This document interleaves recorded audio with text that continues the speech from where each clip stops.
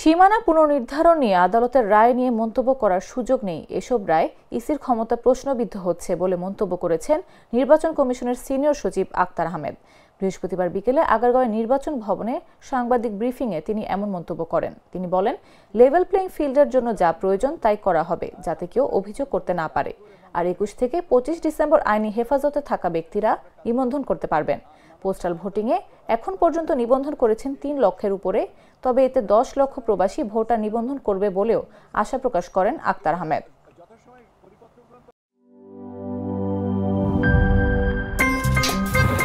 আমার একটা স্মার্ট সিদ্ধান্তে 25% গ্যাসের খরচ কমেছে। ভাবছেন কিভাবে?